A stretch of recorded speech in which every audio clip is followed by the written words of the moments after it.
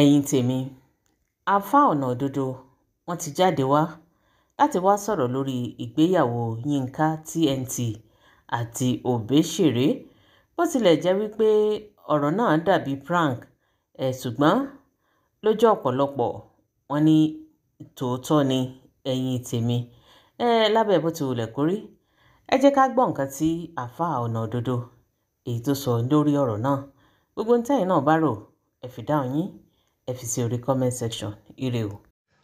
Message to Mrs. Yínká TNT. Mrs. Yínká TNT. Mrs. Yínká TNT. Ṣebí wọ́n ló ń tò inú ilé onílé. Ibi tí ó sì dùn ń bẹ Ọlọ́run lù ẹ́ láti gbé dùn síbẹ̀.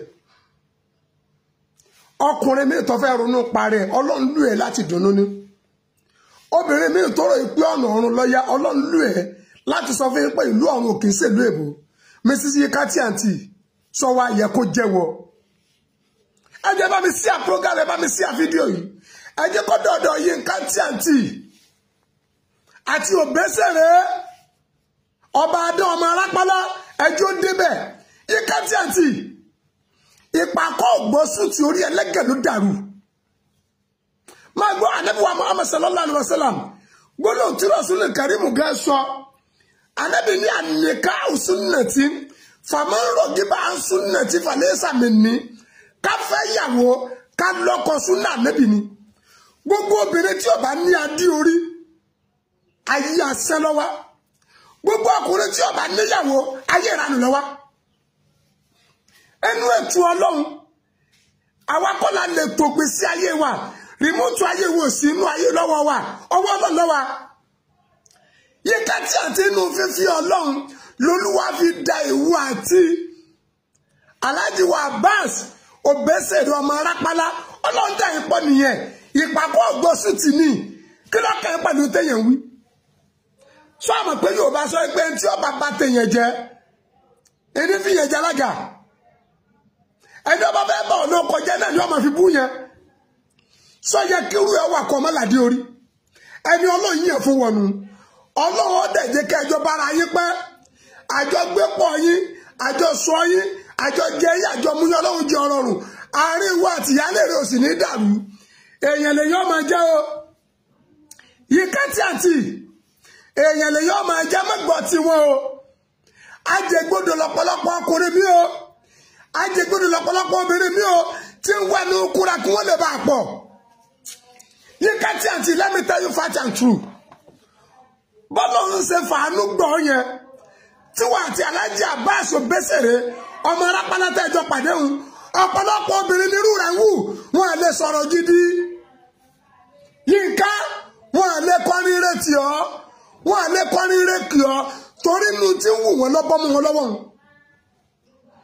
Mrs. Yínká TNT bó o ṣe bọ́ sọ láì tó ṣe prógámù ṣé ìṣòótọ́ rẹ̀ mi gẹ́ láìkí ẹ sọ́tán.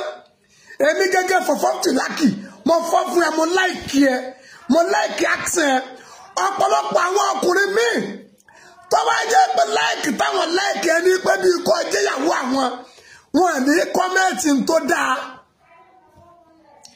Já òwe elépo kó fi di tí ẹ gbogbo tí wọ́n sọ ẹ̀kọ́ ní ojú ọjẹ́ fún ẹ andrew ìyálé rẹ like your woman like your mama andrew ọkọ rẹ like your father. Kájọ gbé pọ̀ yín àjọ sọ pọ̀ yín àjọ rìn pọ̀ yín kọ́nà wọn wá bá ní fi àlùbáríkà sí i. So nígbà tá a bá ti gbọ́ bad comment láàrin ẹ̀yin olólùfẹ́ gbogbo ẹ̀ tí ń comment ẹ̀ ń sọ̀rọ̀ problem tí wọ́n nu ẹ.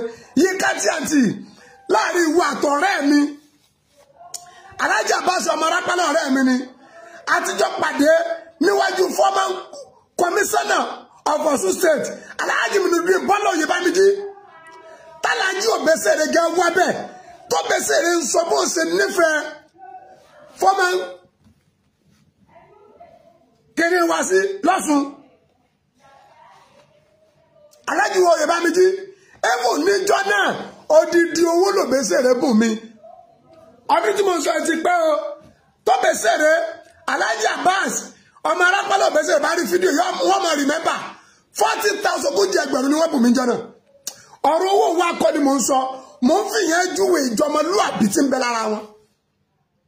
ìjì ọmọnìyàn ti bẹ lára wọn ìmọ̀ pàtàkì ènìyàn ti bẹ lára wọn Yínká tí àǹtí náà màlẹ́kà kan ni wọn náà jẹ́ Òbésèré màlẹ́kà kan ni màlẹ́kà méjì ló pàdé èyí tí mo fẹ́ kó ṣe ní pé sọ ìyálé rẹ dìyà mọ́rí àìdá ìyálé rẹ kó ọkọ rẹ mọ́ra jẹ́ kó ríire yọ jẹnẹrétì láàrin ara yín bọ́lá ń bá ṣe dùn ọ́nú tó fi dùn ọkọ rẹ àti ìyálé rẹ nú àárín yóò ní dàrú ọkọ gbọ́ àyàgbọ́ lọ́lọ́pọ̀ Yínká máa jayé ẹ̀ lọ.